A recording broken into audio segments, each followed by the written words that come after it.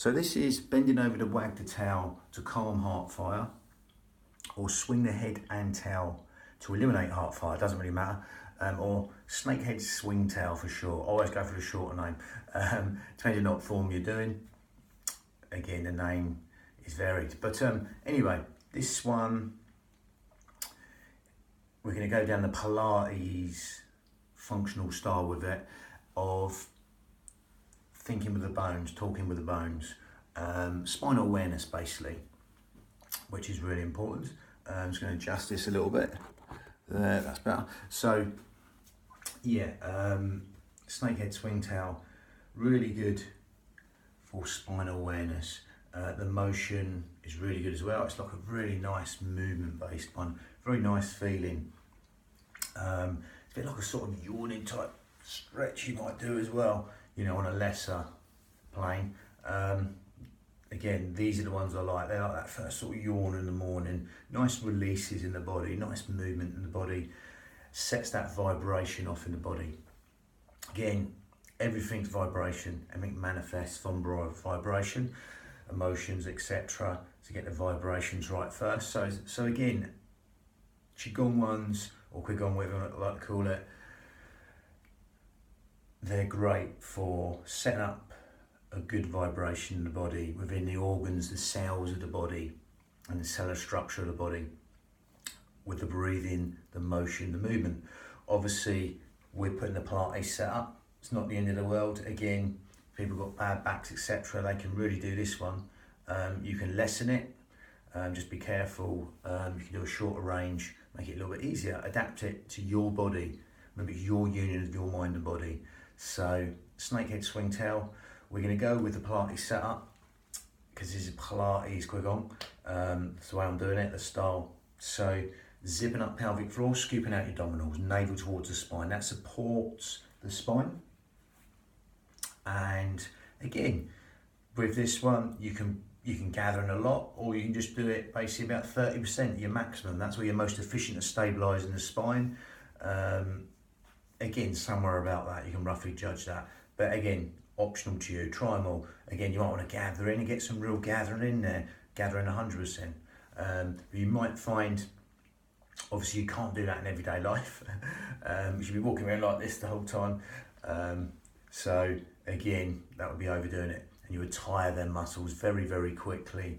The corset muscle, the transverse abdominis, the TVA, as they call that, and the pelvic floor muscles. So, zip up pelvic floor, scoop out your abdominals, take the navels towards the spine.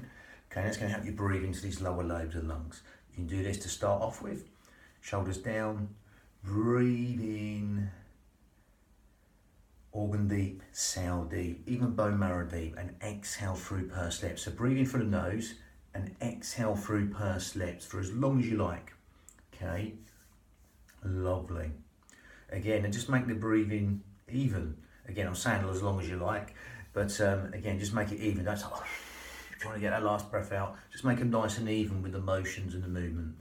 But again, we're going down the Pilates line. We're not going to the organs, etc. Most bending over exercises will replenish the kidney, meridians, etc. But we're not going to go down that line. So again, we go here. Start with hands on the thighs. I'll call this sort of like, it's horse riding stance or sumo type position. It's not completely Charlie Chaplin with the feet. They're just not completely straight. They're slightly out of V. That's the way I'll explain that. Again, only going as deep as with all of these, as deep that's comfortable to you. It can be a centimetre, a millimetre, or a foot or more. Only as deep as you like. Okay. No further than knee in line with toe. So again, we're going to come down. Again, this is as deep as I go in. You can do less. You can stay up here and do it. But again, I'm going to go down deep. Now I like this bit. We press in here, and I feel my spine slightly sort of crack a little bit. But again, that's not necessary. Again, don't want to force anything at all. But mine would just sort of let go and cause some traction. So I'm pushing down here. I'm causing a little bit of traction. Don't overdo that. Just relax. Let the tailbone drop. And imagine the spine lengthen away from the crown. I like this bit as well, this little bit here. It's slightly Alexander method-y in a way, but you just very gently, like very smoothly, don't overdo anything on the neck, because again, there's a lot of weight. There's something like, there could be like 5 pounds or more with the skull. So you don't start whacking the head back and forth. Just here, the shoulders will be up on this. If you can keep them down a little bit, that's great. But again, push down, cause that traction. Spaces between your vertebrae are happening, and just nod your head very gently, very slowly, tiny motions. So if you're sort of swishing a bucket of water from side to side, that'll add length to the spine. Again, I've added that bit just to get that spinal awareness. That's not necessary, but again, push down here. Now again, this is the motion. Again, we're going to breathe in one way and come up, then exhale the next and come up. Again, I like this pushing down here because it's like a sort of yawn in the morning. You lead with the opposite shoulder and you come back. Again, drop them shoulders here, I would. Okay, arc your motion. And then exhale the other way. Okay, that's the traditional way with the breathing. So you can go with that, if that's simpler for you, but I'm going to get you to breathe with the spine, the Pilates way. Okay, so again, the primal pattern of the body, when we're knackered, we're exhale, breathe in. I'm overemphasizing that, exhale, breathe in. That's why the spine breathes. That's why it works in micro moves. You can imagine that smaller motion. Okay, so we're going to breathe with the spine. So what we're going to do is press down here. We're going to breathe in, come up. Exhale to center. Okay, so again, we breathe in with extension, then we exhale with flexion, and then we do the same the other side. We breathe in the other way, and we exhale. Watch you don't hyperextend the back, don't force anything here. Come up, your spine's neutral. I like this. A turn here. It's like a sort of boxing pivot, but not as forceful, obviously. So you can square up the hips. That's not necessary, but I find that beneficial to my knees because I want to just get that last little turn in here. Okay, so again, breathe in, come up, and then exhale to center. If you want a little stop there, and you're going to breathe in, come up, lead with the shoulder, and exhale to center. So it's breathing in, coming up, shoulders over hips, head over shoulders. I won't go back here, not necessary. And exhale to center. You're going to lead with this shoulder, square up the shoulders, and exhale back to center. Breathe in slightly to the side, no need to come all the way round. You're not trying to force anything.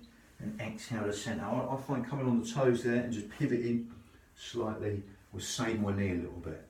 Okay, but I'm not actually looking to come all the way over there like a sort of punch, etc.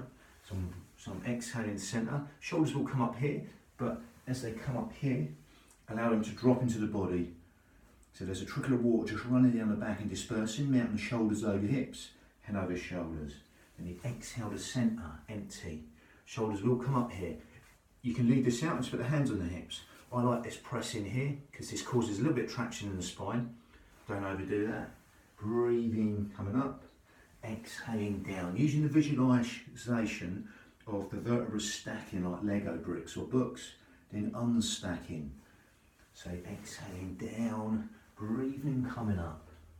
Again, wouldn't have to be this speed, it's your speed, your pattern of breathing. Exhaling down, breathing, coming up, thinking and talking with the bones, raveling and unraveling, winding and unwinding. Exhaling the center, breathing, coming up. If you want to go deeper, you can go deeper or stay up higher. It's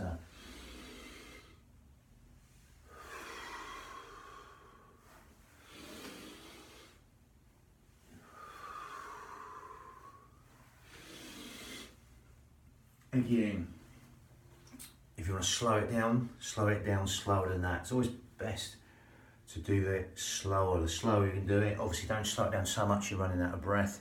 But again, just get that spinal awareness with that one. Think of them Lego bricks, them books stacking and unstacking, raveling and unraveling, winding and unwinding.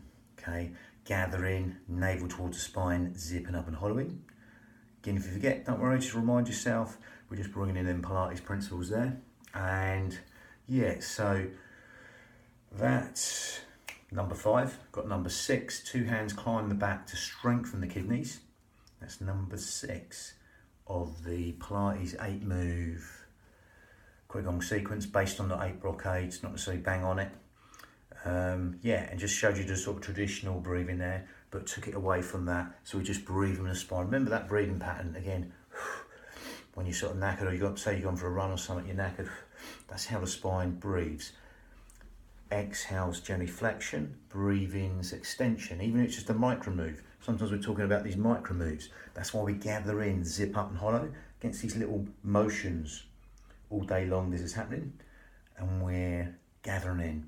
Again, that little bit at the beginning is a nice one, just sort of like an animal in a while, pressing down on your thighs and just getting a little bit of a gentle nod and thinking the spine lengthening before you start. But that's all optional. Again, adapt it to your body, and again, don't force anything. Again, it's your body, it's your union of your mind and body. So adapt it and tailor make it to you so you don't feel any discomfort, etc. Modify the range, etc. if need be. Lovely. That's number 5.